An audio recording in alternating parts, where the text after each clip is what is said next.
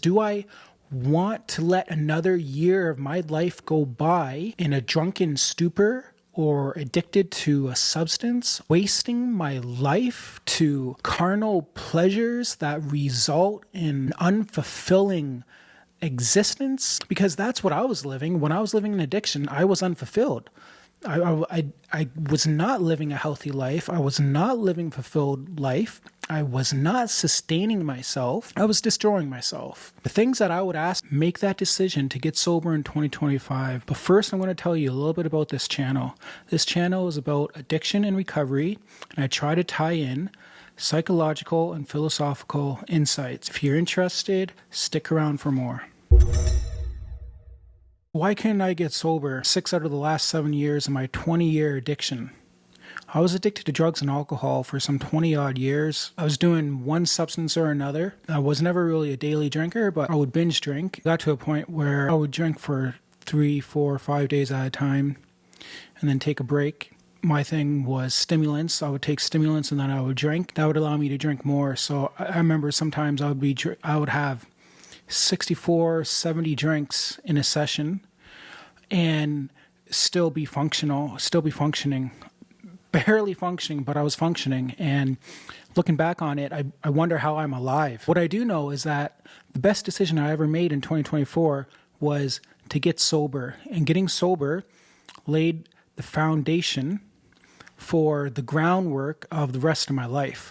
I feel like after this year of sobriety, my life is just starting. I feel like I finally have the capability and the wherewithal to move forward in confidence. Okay, this day I did something. This day wasn't a waste.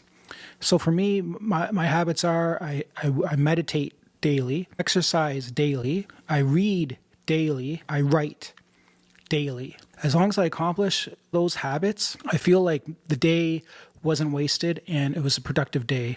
For me, I like to prioritize action and output over input. We live in a world of information overload, and that can lead to decision fatigue. When I decided to get sober, the first thing that kept me from getting sober prior to 2024, that is pride.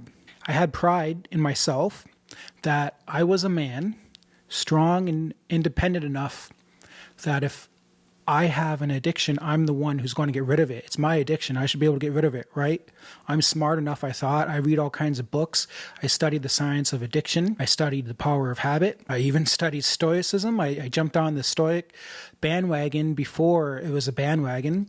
And I never got more than 6, 7, 8 weeks sober at a time, not more than 2 months at a time, because there would always be some powerful sense of boredom that would draw me back into drinking. And once I started drinking, I would have a compulsive urge to seek out drugs, and the drugs would compel me to seek more alcohol, and I would end up on a crazy binge and just spiral right out of control. For 6 out of those 7 years of my severe addiction phase, I tried helping myself, and I had this weird cycle of using and then getting sober for 6 weeks at a time, performing healthy habits, exercising, meditating, reading, learning, being healthy, cooking my own food.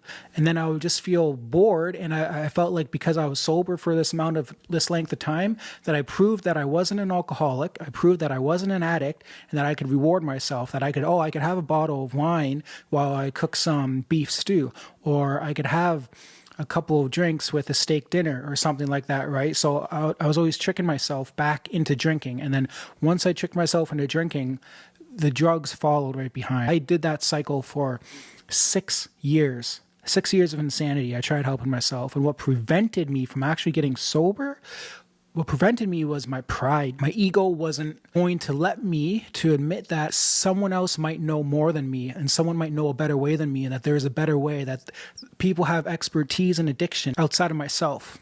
I thought that I would be sufficient to help myself. But see, now that's an error that I fell into. I fell into a trap, because you can't solve a problem from the level of its creation.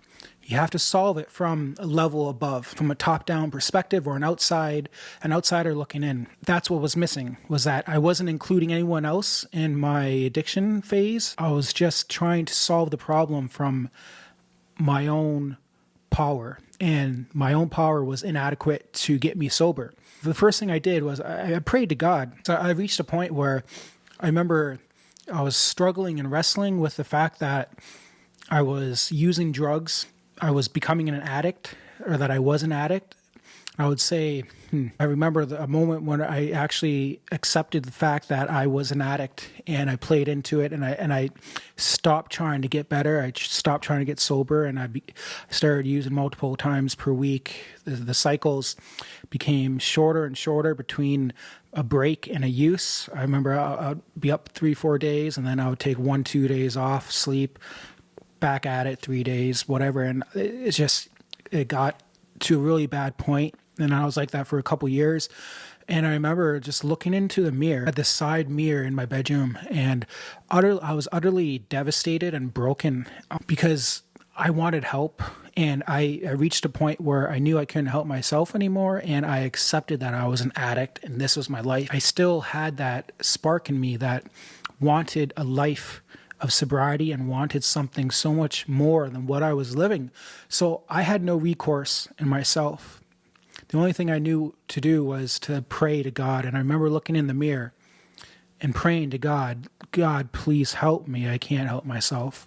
And I think that set into motion a series of events that led to me finding sobriety over about a 7-8 month period after I reached my breaking point. But before I was truly able to get sober, I had to lower my pride, and I had to be able to ask for help and admit that someone else knows more than me and maybe somebody else can help me. So once I lowered my pride and asked for help from a family member, I checked myself into a rehab program based on the 12 steps, and I committed to getting sober. I was not going to let another year pass by of drinking and drugging my life away. So in 2024, I got sober. Another reason why I didn't make that decision to get sober sooner is because I had fear of the unknown. I wasn't certain what a life of sobriety would mean for me because I had been using substances and alcohol for 2/3 of my life. I was high or drunk. I was always self-medicating. So I had a fear of an uncertain outlook on what my future life in sobriety would be. And I always had a bad connotation of the 12-step programs and AA. I didn't want to be one of those people. I thought that I could master the addiction myself and just overcome it by willpower, and that was my mistake. The thing about life is that nothing's going to be certain. There is no such thing as certainty. Once the pain of living in addiction became unbearable, the fear of the uncertain lost its power. I lowered my pride and I plunged headfirst into the fear of the unknown, and I asked for help. I got into a program, and now I'm a year sober. To be honest, when I look back on my life of addiction, part of the reason why I was addicted for so long is because I liked indulging my desires.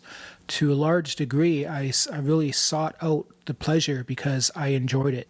It was only when the pain of the addiction became more than the pleasure that it gave, I was approaching death with the amount I was drinking and the amount of drugs I was doing. My heart was not in a healthy situation. My metabolic health was poor. I was overweight. I was barely leaving my room. I was barely getting up out of my bed. I was just wreaking havoc on my nervous system, on my cardiovascular system.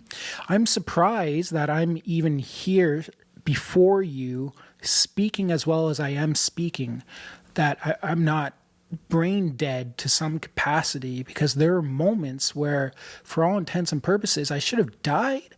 It's by the grace of God that I have my mind intact and that I've been given a third chance. Making the decision to get sober in 2024 was the best decision I ever made in my life. Whoever is watching this, you have the opportunity to make the decision to get sober in 2025. The things that I would ask, do I want to let another year of my life go by in a drunken stupor or addicted to a substance, wasting my life to carnal pleasures that result in unfulfilling existence? That's what addiction is. Addiction destroys you. If you like what you hear, check out this video for more.